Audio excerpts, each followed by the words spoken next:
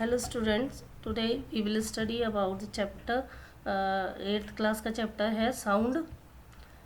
तो साउंड देखो क्या है, vibration that travels through the air और another medium and can be heard when they reached a persons और एनिमल्स ईयर। जो वाइब्रेशंस होती हैं that travels through the air या कोई भी और मीडियम जो होता है जिससे हम सुन सकते हैं when they are reached a person और a animal ear. Musical sound the sound which produced a pleasing effect to the ears. जो प्लीजिंग इफेक्ट देता है, जिसको सुनने में अच्छा लगे, उसको हम म्यूजिकल साउंड्स बोलते हैं। नॉइज जो है the sound which produce a jarring और अनप्लीजेंट इफेक्ट। अनप्लीजेंट इफेक्ट होता है जिनको हम सुनना नहीं पसंद करते, these are termed as the noise.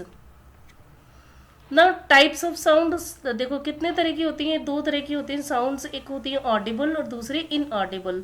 जो ऑडिबल साउंड्स होती हैं vibrations whose frequency lies between 20 hertz to 20,000 hertz और 20 किलो हर्ट्ज हम कह सकते हैं इसको, are heard by the human ear.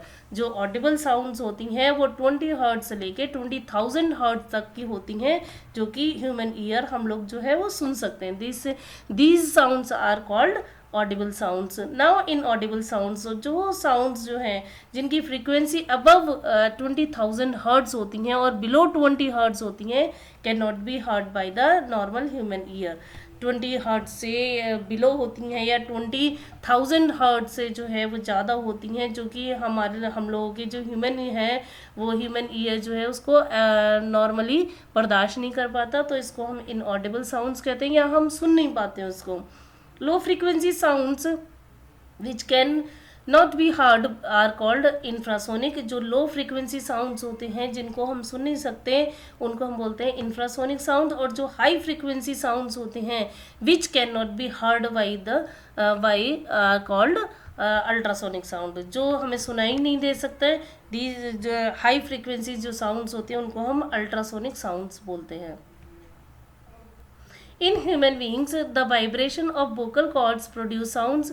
जो वोकल कॉर्ड्स होती है गले में होती है, तो जो वाइब्रेशंस होता है उसके थ्रू साउंड प्रोड्यूस होती है। Sound travels through a medium gas liquid और solid, it can not travel in the vacuums. जो साउंड होती हैं ये मीडियम, कोई ना कोई मीडियम इनको चाहिए होता है, चाहे वो गैस हो, लिक्विड हो या सॉलिड हो, ये वैक्यूम में नहीं ट्रेवल कर सकती।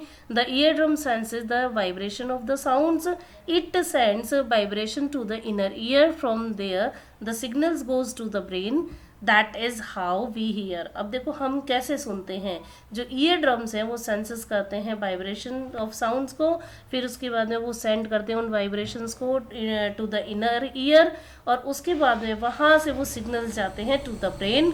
तो इस तरह से हम सुन पाते हैं। Higher the frequency of vibration the higher is the pitch and the shrill is the sound. Unpleasant sounds are called noise. जो अनप्लीजेंट साउंड होती हैं उनको हम नॉइज बोलते हैं। Excessive and unwanted sounds lead the noise pollution. Noise pollution may be cause health problem or human beings lack of sleep, hypertension जिसको कि हम हाई ब्लड प्रेशर बोलते हैं, anxiety and many more health disorders may be caused by the noise pollution. A person who is exposed to the loud sound continuously may get temporary or even permanent impairment of hearing.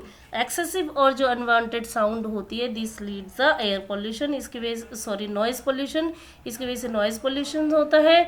Noise pollution जो है वो health problem create करता है, for example कि नींद नहीं आती या बीपी हाई रहता है, हाइपरटेंशन होती है, एंजाइटी हो जाती है, मैनी मोर हेल्थ डिसऑर्डर्स हो जाते हैं नॉइज पोल्यूशन की वजह से।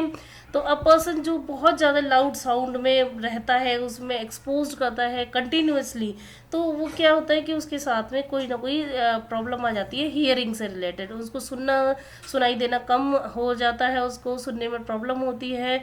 तो attempt should be made to minimise noise pollution. हमें उसके कोशिश करनी चाहिए नॉइज पोल्यूशन को कम करने के लिए। Silencing device must be installed in aircraft engines. जो साइलेंसिंग डिवाइसेस होते हैं वो एयरक्राफ्ट इंजन में, ट्रांसपोर्ट व्हीकल्स, इंडस्ट्रियल मशीन्स और जो होम अप्लायंसेस होते हैं उनमें यूज़ किए जाने चाहिए, तो जिससे कि मिनिमाइज हो सके noise pollution.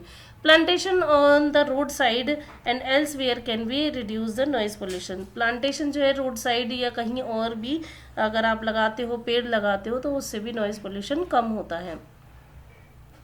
Now come to the amplitude. What is amplitude? The maximum extent of vibration of vibrating body from its mean position to is known as the amplitude. देखो amplitude क्या है? जो maximum extent है vibration का, कोई भी चीज़, कोई भी बॉडी वाइब्रेट हो रही है और वो कितनी दूर तक जा रही है, तो उसका जो मैक्सिमम डिस्टेंस एक्सटेंट है मीन पोजीशन से, उसको हम एम्पलीट्यूड बोलते हैं। टाइम पीरियड क्या है? देखो, one complete to and fro movement of the pendulum around its mean position is called one oscillation. The time taken by the vibrating particles to complete one oscillation is called time period. Now come to the frequency. The number of vibration made by the vibrating body in 1 second is known as its frequency. एक second में जो भी vibrating body है, एक second में कितनी बार vibrate हो रही है, this is known as its frequency. The SI unit of frequency is hertz. Now characteristics of sound. देखो करेक्टरिस्टिक्स क्या है साउंड की? लाउडनेस, पिच, क्वालिटी, ये करेक्टरिस्टिक्स है। तो first we come to the loudness. Loudness क्या है? The sensation produced in the ear which enable us to distinguish between the loud and faint sound. वो सेंसेशन जो हमारे ईयर में जो होता है, जो कि हमें पहचानने में हेल्प करता है कि कौन सी साउंड जो है लाउड है और कौन सी फेंट है। Larger the amplitude of vibration the louder is the sound produce. जितना ज़्यादा एम्पलीट्यूड होगा उतनी ही ज़्यादा साउंड लाउड प्रोड्यूस होगी। It is proportional to the square of the amplitude. अगर स्क्वायर एम्पलीट्यूड बढ़ेगा तो साउंड भी बढ़ेगी, तो it is the proportional to the square of the amplitude. Now come to the pitch. The characteristics of the sound which distinguish between the shrill sounds and the soft sound. ये क्या है? Pitch क्या है? ये soft sound और shrill sound के बीच के characteristics को है बताता है कि क्या ये कौन सी साउंड है। Higher the frequency of the vibration, higher is the pitch and the shrillness. अगर हायर फ्रीक्वेंसी है कि वाइब्रेशंस की, तो हायर इज द पिच होगी और श्रिलनेस ज़्यादा होगी। Now come to the quality. Quality क्या है? Characteristics which enable us to distinguish between the musical notes emitted by different musical instrument or voice can through they have the same pitch and loudness. Quality क्या है? Quality वो characteristics है जो कि musical notes के different जो musical instruments हैं उसको डिस्टिंग्विश करने में हेल्प करती है। This is known as the quality of sound. The ear is the advanced and very sensitive organs of the human body. Now come to the ear, जो कि हमें सुनने में हेल्प करते हैं, साउंड को पहचानने में हेल्प करते हैं। तो ईयर जो है वो ह्यूमन बॉडी का एडवांस्ड और सेंसिटिव ऑर्गन्स है।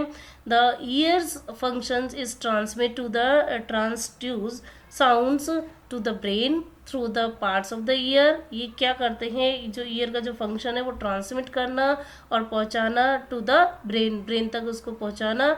The outer year, the middle ear and the inner year, ये तीन जो है ये मेन पार्ट्स होते हैं ईयर के। The major task of the ear is to detect, transmit and transduce the sound. जो मेन काम है ईयर का वो क्या काम है कि डिटेक्ट करना साउंड को, ट्रांसमिट करना और ट्रांसड्यूस करना। The part of the year includes, जो पार्ट्स हैं उसके ह्यूमन ईयर्स के, एक्सटर्नल और आउटर ईयर जिसको कि हम पिन्ना भी बोलते हैं, कंसिस्टिंग ऑफ पिन्ना और auricles. This is the outer side part of the year, जो बाहर की साइड में जिसको कान जो हम बोलते हैं उसको हम पिन्ना भी बोलते हैं इंग्लिश में। टिम्पेनिक मेम्ब्रेन्स, ईयर ड्रम, जो ईयर ड्रम होता है जिसको कि कान का पर्दा भी बोला जाता है, तो उसको हम टिम्पेनिक मेम्ब्रेन बोलते हैं।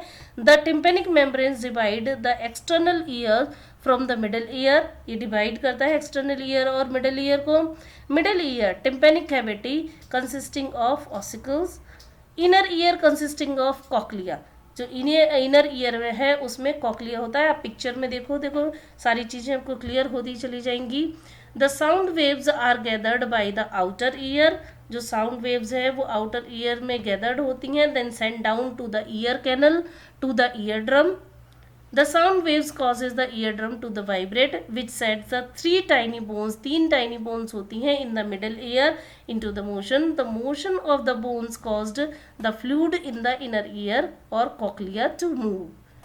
Clear?